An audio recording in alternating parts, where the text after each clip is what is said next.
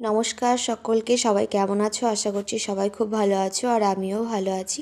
আগের থেকে শরীরটা একটু আজকে অনেকটা কম লাগছে, তাই উঠে পড়লাম তাড়াতাড়ি। দিদা বলছিল আজকে বিছানার চাদরটা পাল্টাতে, তাই সকাল সকাল উঠে আগে বিছানা তুলে চাদরটাকে তুলে দিলাম, নতুন চাদর পেতে দিলাম। এই যে দেখো আমার বিছানা গোছানো কেমন হয়েছে বলো। আর সকাল সকাল এই জানালাটা দিয়ে না বেশ সুন্দর রোদ দেয়, তাই ভাবলাম একটু বিছানায় রোদ লাগবে, তাই জানালাটা খুলে দিলাম। জানো তো, আমার আবার বিছানা পরিষ্কার করে না তুললে না ভালো লাগে না, টান টান থাকবে বিছানা, বেশ দেখতে সুন্দর লাগবে তবে ভালো লাগে।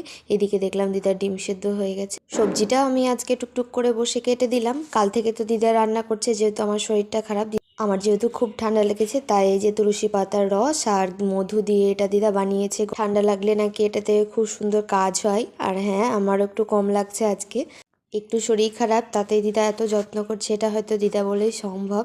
জানো তো, এটা কিন্তু আমার প্রথম নয়। এর আগে 2 বছর আগে সরস্বতী পুজোর সময় আমার মুখে এক ধরনের ঘা হয়েছিল। এটা আমার ছোটোখাটো হয় প্রায়, তবে সেইবার অনেকটা বড় হয়েছিল আর ইনফেকশন ধরে গেছিলো পুরো মুখের ভেতরে, ঠোঁটে ছড়িয়ে গেছিলো। সুস্থ হতে প্রায় 1 মাস মতো লেগে গেছিলো। তাই 1 মাস আমার কাছে দিদা ছিল এবং আমার সমস্ত যত্ন করেছে, খাইয়ে দিয়েছে, ওষুধ লাগিয়ে দিয়েছে। এমনকি মুখের জায়গাটা পরিষ্কার করাতে হতো 2বার করে, সেটাও দিদাই করিয়ে দিত।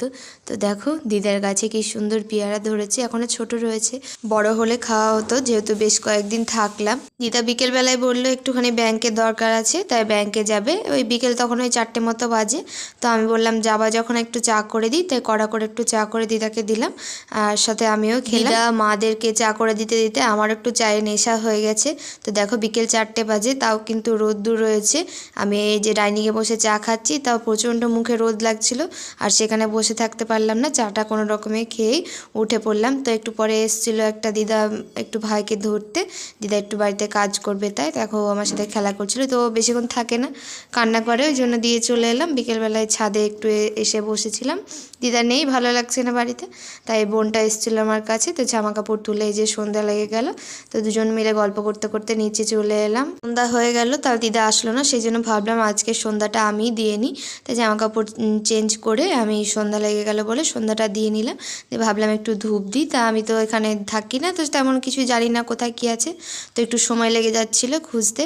তো এই যে ঠাকুর দিয়ে সন্ধ্যা দিয়ে নিয়েছি, এখন আমি একটু আরতি করব।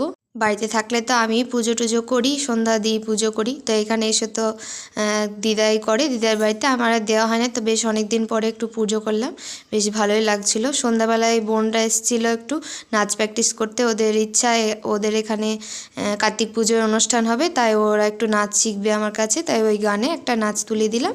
তো ওরা পুজো